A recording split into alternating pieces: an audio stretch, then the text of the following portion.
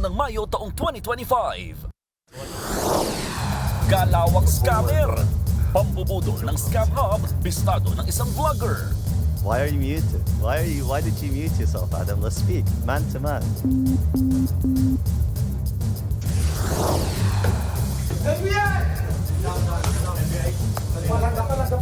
Ang bahay naman ito sa QC na ginawang pugad ng droga, sinalakay. Welder, sinaksak ng katrabaho dahil sa nawawalang rice cooker. Sa bulsa CCTV, coffee shop, hinold up sa loob lang ng 1 minuto. Nakamamatay na tuli. Pamilya ng batang namatay matapos tuliin, nagpasaklolo na sa NBI. Back-to-back primetime primera ng TV5. Ang mutya ng Section E at Totoy Bato laging trending. Si Totoy Bato, Kiko Estrada, makiki-frontline live.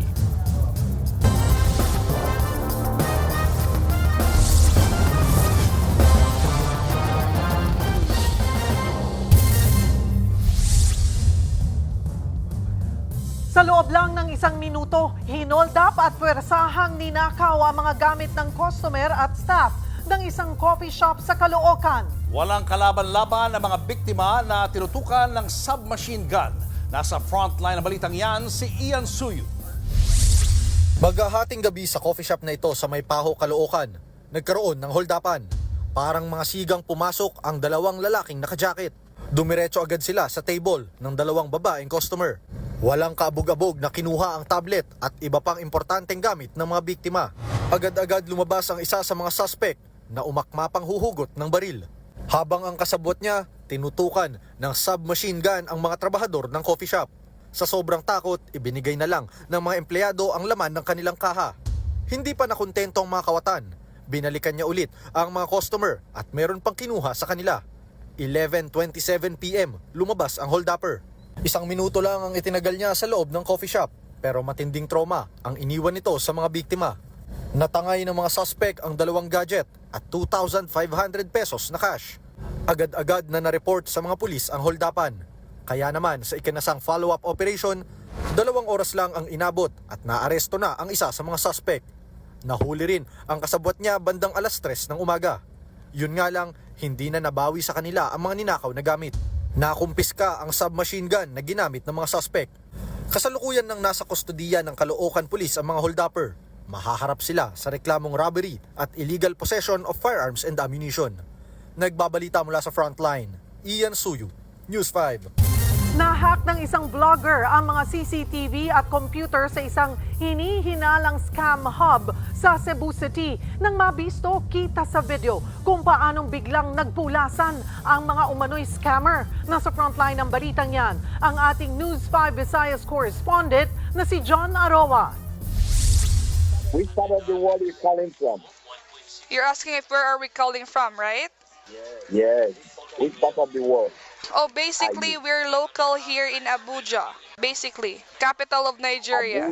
Tila ordinaryong usapan lang yan ng isang agent at customer sa isang call center. Pero ang umano'y agent, isa raw scammer mula sa Cebu City. Na-record ng isang vlogger na hacker ang mga aktibidad ng opisina na anyay investment scam hub. May script pa ang mga scammer para mapilit ang mga biktima. Yeah, I'm not interested Oh, I know anymore. that you've been struggling right now. Do you want to be like that forever? You don't want to be in a better situation together with your family? Ayon pa sa vlogger, karamihan sa mga biktima ng scam hub ay mga Amerikano. Kumikita ang scam hub ng nasa $68,000 o higit 3 milyong piso kada buwan. Sa huli, ibinunyag din ng vlogger sa mga scammer na namomonitor niya ang mga ito. Pinadala niya ang mga ito ng mga screenshot ng CCTV recording kaya nagpulasan ng mga agent. Tinawagan din ng vlogger ang umano'y boss ng scam hub na kinilalang bilang si Adam. Why did you mute yourself, Adam? Let's speak, man to man. Ininspeksyon na ng mga otoridad ang opisinang nakita sa video pero wala na silang inabutang tao. Hinahanap na ng mga pulis ang mga umano'y scammer. Ipapatawag rin ng PNP ang vlogger na nagsiwalat ng umano'y scam hub.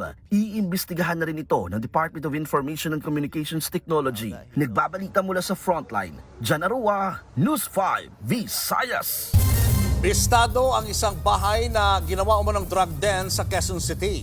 Ang suspect dati na rin daw nakulong dahil sa illegal na droga. Nasa frontline na balitang yan si Elaine Fulencio.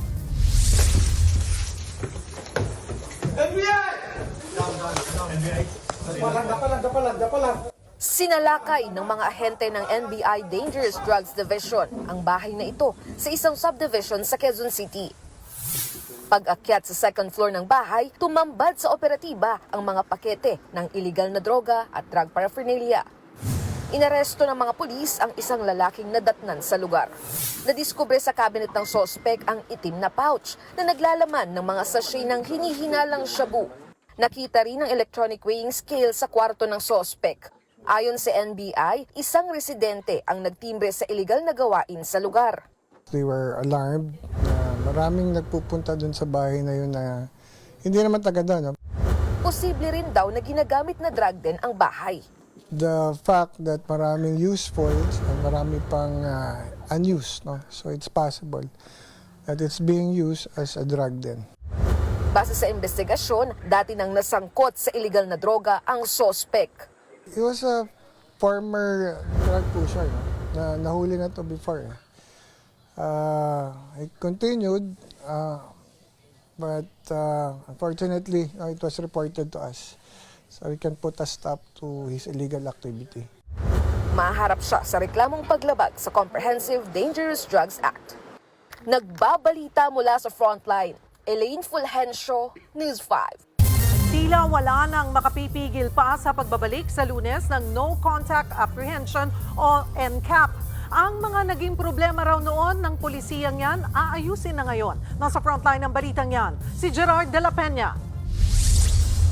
Madalas ginagamit pang monitor ng traffic ang command center ng MMDA sa Pasig. Pero simula sa Lunes, ito na ulit ang magsisilbing mata ng MMDA sa panguhuli ng mga pasaway na driver matapos katigan ng Korte Suprema ang petisyon ng Office of the Solicitor General para alisin ang Temporary Restraining Order sa pagpapatupad ng No Contact Apprehension Policy o NCAP sa 7 pangunahing kalsada sa Metro Manila. Ibig sabihin, imbes na mga enforcer, mga CCTV na ulit ang magbabantay at manguhuli sa mga traffic violator. Ayon sa MMDA, kinatigan sila ng korte na ibalik ang NCAP matapos trumiple ang bilang ng traffic violators nang suspindihin ng NCAP noong 2022. This only shows na pag wala pong nakikitang enforcer sa daan, malakas po ang loob at nawawala po yung disiplina ng mga motorista. Sa dami ng violators, tinatayang 450 million pesos din daw sana ang nasingil na multa ng MMDA sa mga pasaway sa kalsada. Pabor din ng Department of Transportation sa pagbabalik ng NCAP. Pero dapat ayusin muna ang record at sistema gaya sa paglilipat ng pangalan ng rehistro ng mga second-hand na sasakyan. Kung kanino kasi nakapangalan ng rehistro, sa kanya bumabagsak ang citation ticket ng MMDA. On our end, nag-commit po ang DOTR at ang LTO na isi-streamline natin yung prosesong yan. Pero at the same time, kailangan meron ding consequence kung hindi mo ilipat. Hati naman ang posisyon ng mga motorista sa NCAP. Kung hindi ka naman pasaway na driver, wala namang problema eh. Okay rin sana, kaya lang, sa sitwasyon ng CCTV natin, minsan sumasablay. Nagbabalita mula sa frontline, Gerard de la Peña, News 5. Showbiz, eto na nga! Mga kapatid, eto na nga ang mga umaarangkadang showbiz balita ngayong Miyerkules. Mula po sa isla, bumisita sa Malacanang ang stars at executives ng MVP-produced film na The Last Resort. Present sa courtesy call kay Pangulong Bongbong Marcos, sina TV5 Chairman Manny V. Pangilinan, Hollywood stars na sina Daisy Ridley, Sam Neill at Alden Ehrenreich, at ang direktor ng pelikula na si Donald Petrie. Lahat sila looking regal in their Filipiniana attires. Tuloy-tuloy pa rin ang filming ng The Last Resort na shot entirely dito po sa Pilipinas. Bukod sa bigating mga artista, ibibida rin sa The Last Resort ang likas na ganda ng isla ng Palawan. Susunod, News 5 exclusive, mag-asawang sakay ng motorsiklo nasalpok sa intersection sa Cebu City. Nakabanggang rider, tumakas. Lalaki, sinaksak at napatay ang katrabaho na pinaghihinalaang nakawala ng rice cooker. At kilalanin natin ang classmates ni JJ sa Ang Mutya ng Section E. Abangan ng lahat ng yan sa pagbabalik ng Frontline Pilipinas.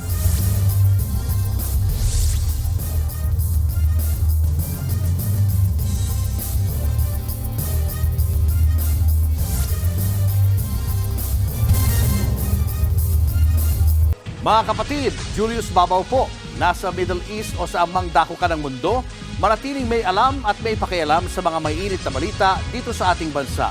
Simulan po natin ang bawat araw sa tuloy-tuloy na balitaan sa Frontline. Mag-follow at mag-subscribe sa social media pages ng News 5. Na-hit and run ng motorsiklo ang mag-asawang senior citizen sa Cebu City. Ang disgrasyang yan nasa pulsa video sa Frontline report ng ating Visayas correspondent John Aroa, exclusive. Patawid ng intersection ang mag-asawang nakamotorsiklo sa Barangay Tisa sa Cebu City. Pagdating sa gitna ng kalsada, biglang sumulpot ang isa pang rider. Dito na nagsalpukan ang dalawa. Sa lakas ng impact, bumagsak sa kalsada ang mga sakay ng motorsiklo. Rumispondi dyan ang ilang motoristang nakakita. Pero makalipas ang ilang minuto, tumayo ang nakaitim na rider. Itinulak sa gilid ang kanyang motorsiklo. Saka humarurot palayo. Dinala naman sa ospital ang mag-asawang nadisgrasya. Kwento ng isa sa mga biktimang si Nanay Linda, magsisimba lang sila ng maaksidente. Ang masakla pa raw, graduation ng kanilang anak ngayong araw. Pero dahil sa mga benda sa katawan, hindi siya makakadalo. Ang discomfort ng kailangan hindi ko magawa yung dapat kong gawin sa sarili. Kung wala itong support na ito, hindi ako makakaupo, hindi rin ako makatapayo. Naplakahan ang tumakas na rider. Nakikipag-ugnayan na rin ang kanilang barangay sa mga pulis. Yung naka-hit and run. Ang may kasalanan dito, yung naka-hit and run. Nakita naman niya na may tumatawid. Mas inuna niya pang patayin ang motor niya, imbes na tulungan ang mga biktima. Nagbabalita mula sa Frontline, John Aroa, News 5, Visayas. Dead on the spot ang dalawang driver sa salpukan ng bus at truck sa Pulanggi, Albay. Wasak ang harapan ng bus at nayupi naman ang truck. Base sa investigasyon, nag-overtake ang truck at napunta sa linya ng bus. Dito na nagsalpukan ng dalawa. 15 sa mga sakay ng bus ang malubhang nasugatan. Dumulog na sa mga pulis ang mga pasahero ng bus para magsampa ng reklamo. Iniimbestigahan na ang insidente. Showbiz, eto na nga! Mga kapatid, eto na nga. Parang aso't pusa pa rin sina JJ at Kiefer ng Ang Mutya ng Section E. Ngayon naman, kilalanin natin ang kanilang mga kaklase. Nasa frontline ng balitang yan, si MJ Marfori. Pagkatapos ng eksenang singhalan sa first day high, ano ito? Don't stare at me. Tinititigan ba kita? Hindi kita tinititigan, ha? Ang tagal mo kasi sumubo, eh. Ang ating mutya at hari ng mga ulupo, may secret lunch together? Kalmahan lang muna natin mga kapatid dahil marami pang mangyayari. Meantime, kilalanin muna natin ang iba pa nating classmates at schoolmates sa Higher Value International School. Unahin na natin sa ultimate best friend ni Kiefer, ang Jap boy crushy na si Yuri Hanamichi. Next naman ang carefree troublemaker pero genius na si CF. Ito naman ang good boy na taga Section A under the leadership ng kanilang president at top student na si Michael Aries Fernandez. At yes, pinsan siya ni JJ. Kung may mutya ang Section E, may muse din ang Section A. Yan ay si Ella Diane Yu. Ang chika, galing siyang Section E. Sa true? At isa pang pretty face from Section A, si Freya Hidalgo, ang kanilang Queen Bee. Para mas makilala pa natin sila, dapat perfect attendance ang lahat mamaya. Umpisa na ng klase mamayang 6:45 p.m. ang mutya ng Section E sa primetime primera ng TV5. Nagbabalita mula sa Frontline, MJ Marfori, News 5. Susunod sa pulsa video, rider bumangga sa police mobile. Isa pang sapul sa video, 2 opisyal niratrat ng bala. At Dolly De Leon, kasama sa live-action series ng Avatar, The Last Airbender. At 2 ang kanyang karakter. Yan at iba pa sa pagbabalik ng Frontline Pilipinas.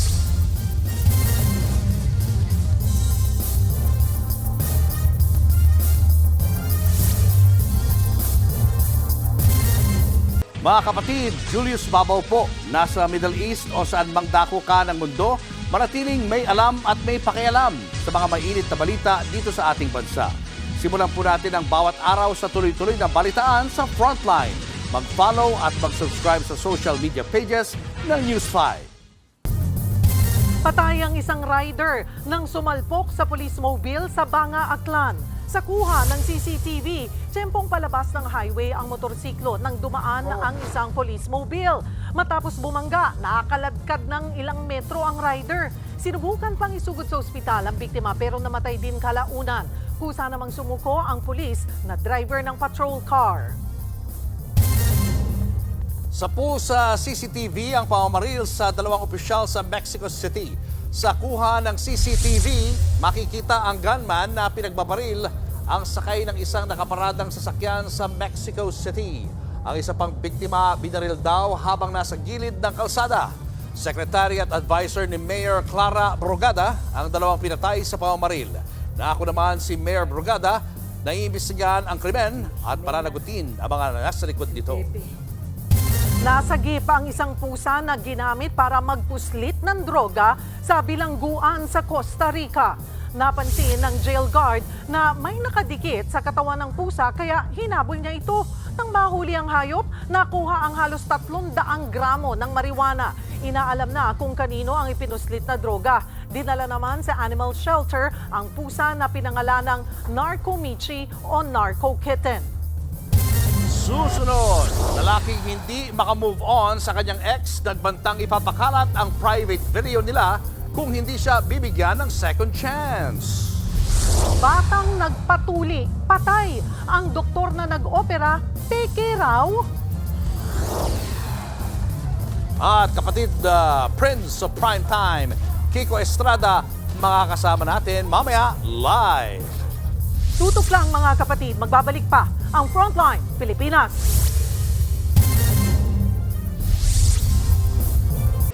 Mga kapatid, Cheryl Cosim po.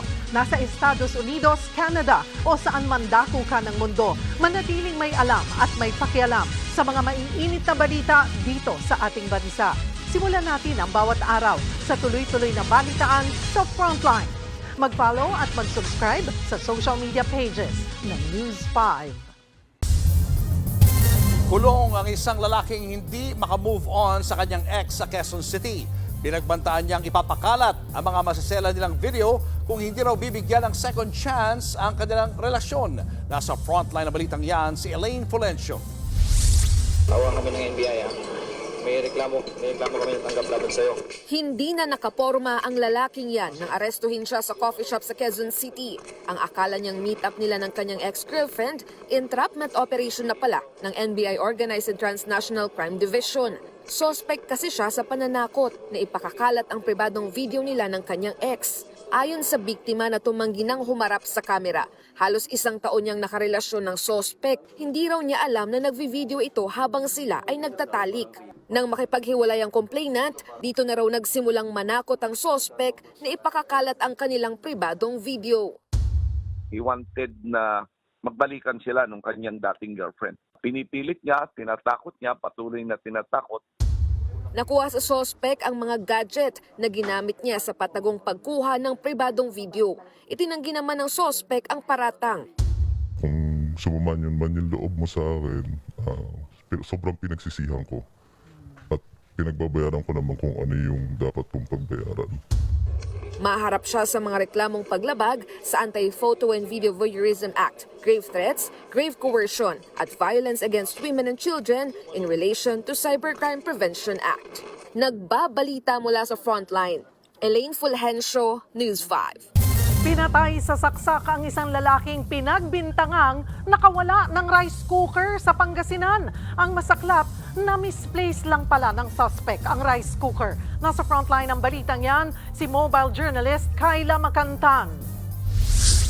Isang saksak sa dibdib ang ikinasawi ng isang welder sa Pangasinan. Ang salarin, mismong katrabaho niya.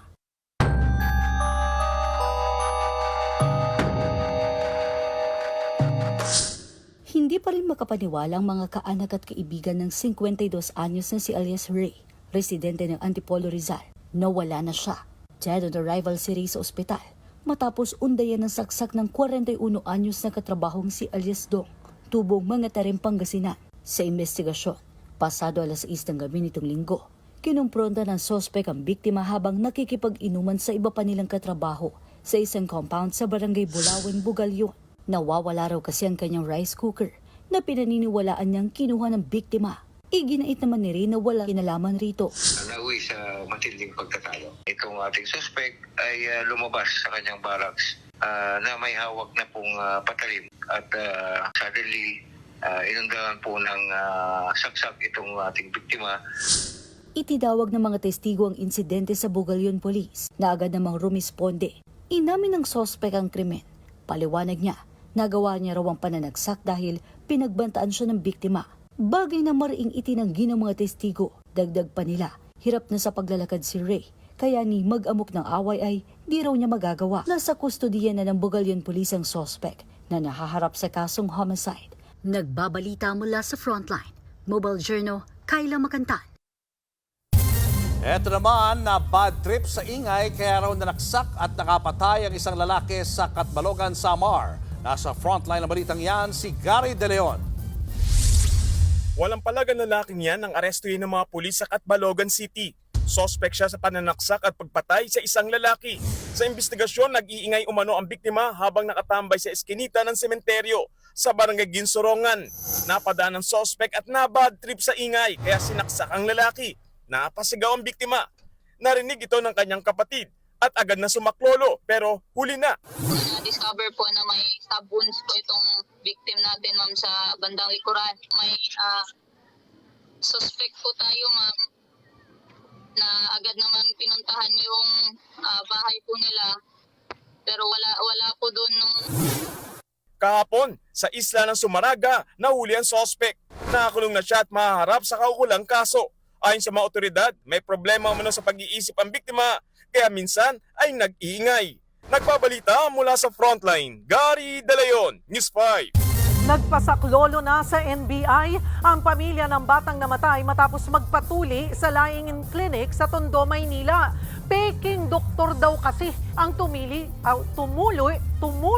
sa biktima. Nasa frontline ng balitang yan, si Nina Ong Pauco. Ito ang ilang kuha ng ipatuli ni Marjorie San Agustin, ang 10 taong gulang niyang anak na si Nathan, sa isang lying-in clinic sa Tondo, Manila. Pero matapos ang pagtuli, namatay ang bata. Hindi ko na po nauwi yung anak ko ng buhay sa bahay. Patay na po, hindi na po kami nakauwi. Kwento ng ina ng biktima, isang babaeng nagpakilalang doktor ang nagtuli sa anak. Kasama rin ang isang babaeng assistant. Tinurukan daw ng 20cc na anesthesia ang bata. Matapos ang proseso, napansin daw ng ina na nangitim na ang balat ng anak. Iba na ang paghinga at tila wala sa sarili. Hustisya po yan para sa anak. Hindi ko po matatanggap na ganun lang na hindi ko alam kung bakit namatay yung anak ko. Pinatuli ko lang yan eh. Ayon sa barangay, midwife at hindi doktor ang nagtuli kay Nathan. Dati na rin daw itong nahuli ng PNP-CIDG dahil nagpanggap na doktor. Nakapagpiyansa yata yan, kaya nakalabas. Dapat yan, mareklamo yan, mahuli siya. Kasi yung practice niya, nagtutuli siya, ipang-doktor yun. Hindi naman pang midwife yun.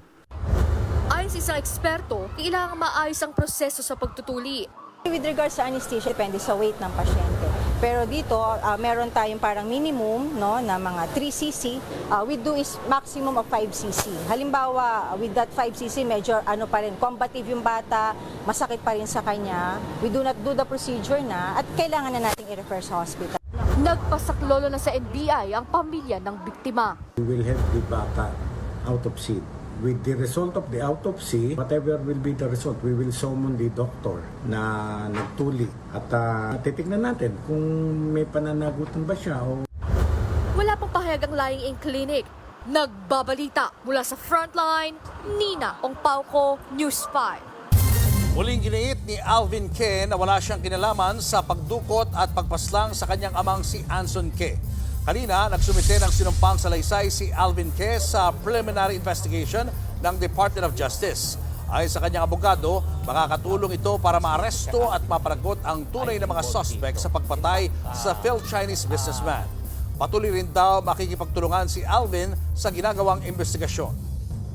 Vital in the sense that it is a narrative that contains what had happened from the time of the abduction up to the time of the positive identification of Anson Ke. Dumalo rin sa preliminary investigation si Gong Wen Lee o alias Kelly Tan na isa sa pangunahing suspect sa pagpaslang kay Ke. Si Tan ay nakitang umaaligid doon sa van ni Anson Ke at hinihinalang nagsilbing operator ng negosasyon para sa ransom money. Sa May 26, itinakda ang susunod na preliminary investigation sa kaso. Tila naririndi na ang palasyo sa pagkasirang plaka umano ni Attorney Harry Roque. Pati nga ang isang kaalyado ng mga Duterte, pinauuwi na ang dating spokesperson. Sa gitna niyan, merong tila pumuposisyon para sa 2028 presidential elections. Nasa frontline ng balitang yan, si Mayan Los Baños. Hindi po magpapahawak sa leeg at hindi po magpapadikta ang Pangulo sa mali. Hindi po tatalikuran at babaliktarin ng Pangulo ang batas para lamang pagsilibihan ang personal na interes ng iilan. Madiin ang sagot ng Malacanang sa kondisyon ng ilang kaalyado ni dating Pangulong Rodrigo Duterte para raw magkaayos ulit ang unity. Sabi ni dating Presidential Legal Counsel Salvador Panelo, kung talagang sincere si Pangulong Bongbong Marcos, ibalik niya muna si Duterte sa bansa mula sa ICC. Buwelta naman ang palasyo, kaibigan o batas? Batas pa rin po ang pipiliin ng Pangulo. hindi lang din daw Duterte ang sentro ng reconciliation, kundi lahat ng mga kasalungat ang prinsipyo. May buwelta rin ng Malacanang sa hamong hair follicle test ni Harry Roque sa Pangulo. Ulit-ulit, paulit-ulit, uulit-ulitin ko, uulit-ulitin natin. Peke, ang video na siyang pinespread or isiniwalat nitong si Atty. Harry Roque. Dapat pa natin siyang paniwalaan? Uulit-ulitin ko, paulit-ulit na lamang siya. Kabilang sa mga nanawagang pauwiin si Duterte ay ang mga dati niyang spokesperson na ngayon ay nagbabanggaan din. Pinapauwi ni Panelo si Roque kasunod ng arrest warrant ni Roque sa kasong may kaugnayan sa Pogo. Umuwi na siya. Ang magiging problema mo dyan, kung mananatili ka sa Hague, ang perception ng tao, tama man o mali, natatakot ka kasi guilty ka. I think that's gross ignorance of what asylum is, no? So I will not even bother to answer observation from someone who's completely ignorant about the nature of asylum. Pinapalakas naman ng kampo ni na Senator Risa Hontiveros ang oposisyon para sa 2028 presidential elections. Bukas daw si Hontiveros na maging standard bearer ng kanilang grupo. I'm open to all possibilities. We have that rare second chance now. Nagbabalita mula sa Frontline, Mean Los Baños, News 5. Umabot naman sa 17 milyong boto sa pagkasenador ang nasayang dahil sa overvote o sobrang pagboto. Ayon sa COMELEC, imbis na 12 lang, sobra-sobra ang na-shade na senatorial candidates ng mahigit 1 milyong botante sa katatapos lang na halalan. Kaya ang naturang overvotes ay otomatikong hindi na nabilang. Isang overvoting sa pinuna ng ilang natalong senatorial candidates na umapilas ng manual recount. Bagay na hindi naman daw sinasantabi ng COMELEC dahil pwede raw itong gamiting ground o basihan sa paghahain ng election protest. Para makita talaga kung yan ba'y smudge o talaga bang nagtuldok lang o talaga bang medyo nalagyan ng X kasi hindi po isinid. So diyan po mabibilang. Kasi po sa protesta, binibilang talaga manually ang lahat ng balota at nagke-claim ka na itong balotang ito dapat amin, hindi dapat binaliwala. Sa Frontline News Abroad, nasa pool sa video kung paanong nakidlatan na ang isang police mobile sa Australia. Nakaparada ang kotse sa isang open space habang umuulan nang bigla itong tamaan ng kidlat. Buti na lang walang nakasakay nung mangyari yan. Nauna namang nag-abiso ang mga otoridad na mayroong thunderstorm sa lugar. Showbiz, eto na nga!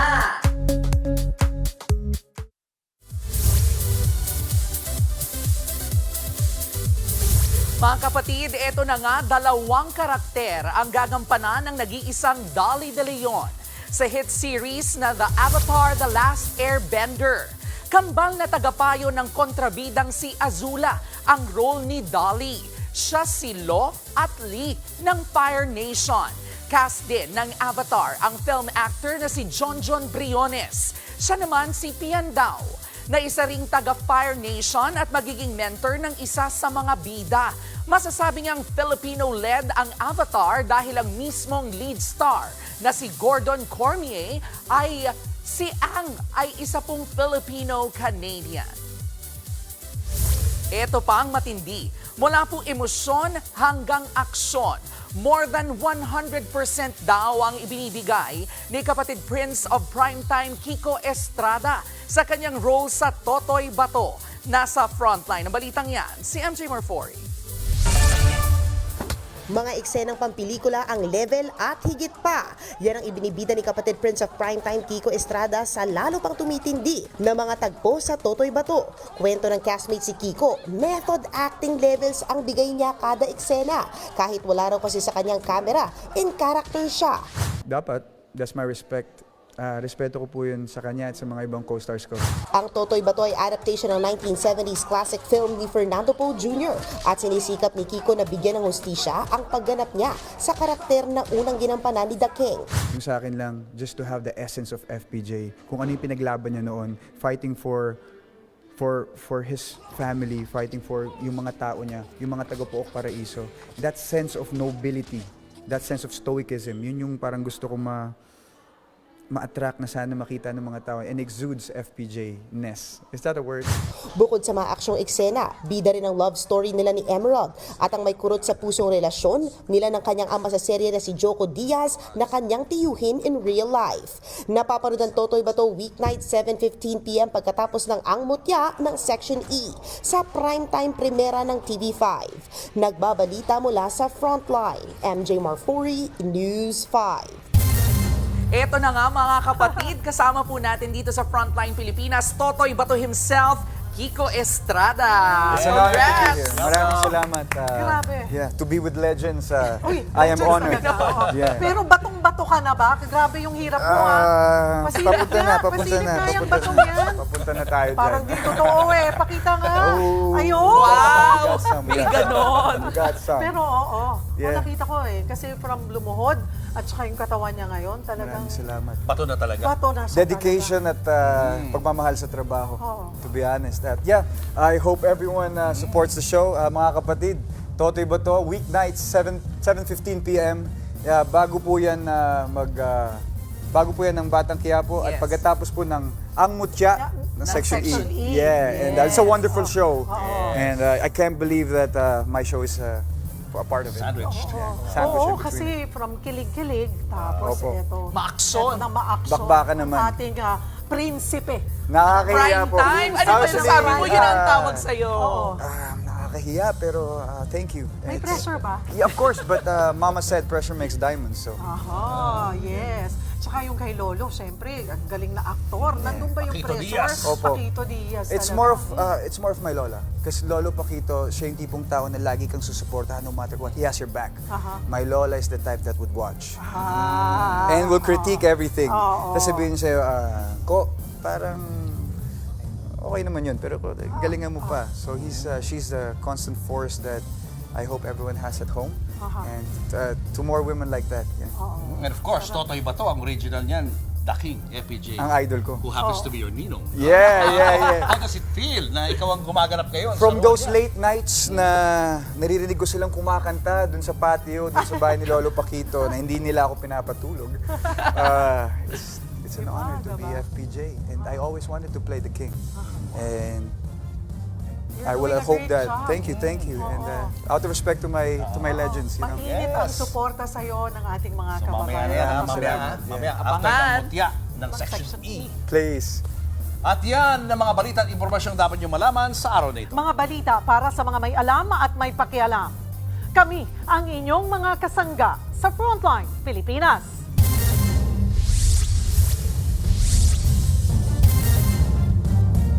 Mga kapatid, Cheryl Cosim po. Nasa Estados Unidos, Canada o saan mang dako ka ng mundo, manatiling may alam at may pakialam sa mga mainit na balita dito sa ating bansa.